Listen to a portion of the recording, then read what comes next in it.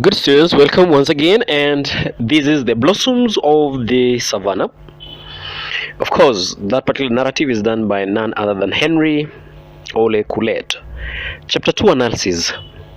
The analysis is done by Tabiga Sherlock. So, chapter 2. The family of Kaelo happily enjoys the morning breakfast at their uncle's home. For the first time, Kaelo's daughters come face to face with a large family setup. From the outset, their uncle's family seems happy. However, Resian observes that the happiness is a fake one, or a disguised of serious competition among the four wives of their uncle. On the other hand, Taiyo disagrees with her sister's judgment. And meanwhile, Parsimei visits his old friend and mentor Supeyo. In their dialogue, Parsimei comes to learn that the man to whom his success depends, Oloisudori, is a notorious criminal and corrupt, opportunistic individual who uses every opportunity to exploit all those indebted to him.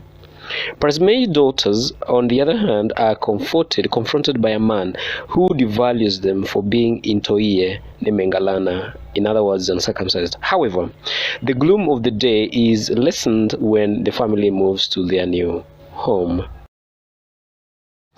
What are the observations from chapter 2? The girls find the life in Nasila to be vibrant, especially in the large homestead of their uncle Simiren.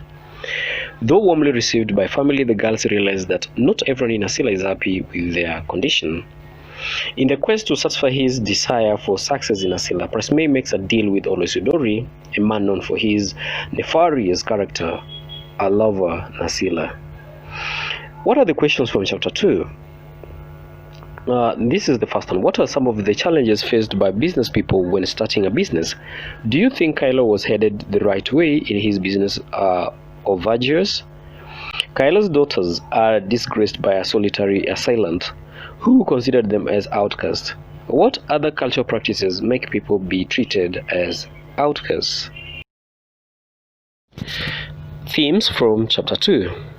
Discrimination / gender inequality. Taiyo and Resian are accosted by a man who considers them as less women due to their uncircumcised state. There's also favoritism or corruption.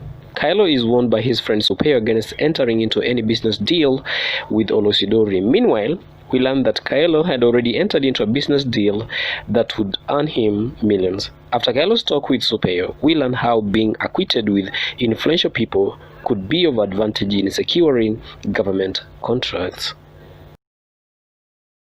Styles and stylistic differences from chapter 2. This dialogue. Dialogue reveals the community's life on Nasila people when Taiyo and Resian are woken up to enjoy their breakfast. It also shows the happy atmosphere. Taiyo and Resian are introduced to, which is, however, dampened by the assault the daughters face in the hands of the stranger they encounter in their walk. Furthermore, it sheds light into the keen perception that Resian has as she reveals that hidden in the happiness of Simiren's large family is deep scars of competition and rivalry. Through the conversation of old Supeyo and his young friend Kaelo, we learn a lot about Kaelo's pride and his sole mistake in trusting Oloisudori. Alliteration, and I quote evidence from the text, whose fragrant foliage filled the air with their aromatizant. Flights of birds flashed between trees and the air. That's on page 15. The repetition of F sound creates a musical element that defines the beautiful morning to which the daughters wake up. Onomatopoeia, and I quote the evidence from the text, chicken clacked and scratched in the cool shade underneath. You can equally find that on page 15. This portrays the busy early mornings where everyone was engaged with the music of different calls performed. Sea meals on page 22, like cattle that required to be dehorned. Page 26, reputation that would rival that of a Randy he got. Page 27, was still hanging in the air like the sword of Damocles. There's also the use of a metaphor on page 26, and I quote, hyena in your homestead. saying and proverb. There's also the use of a saying and a proverb right there. Two women in one homestead were two potent pots of poison. Irony. Page 17. Taiyo and Resian have differing views about Simiren's large family. Resian observes that there exists a stiff competition among members of Simiren's homestead. Besides, the members may not be that happy.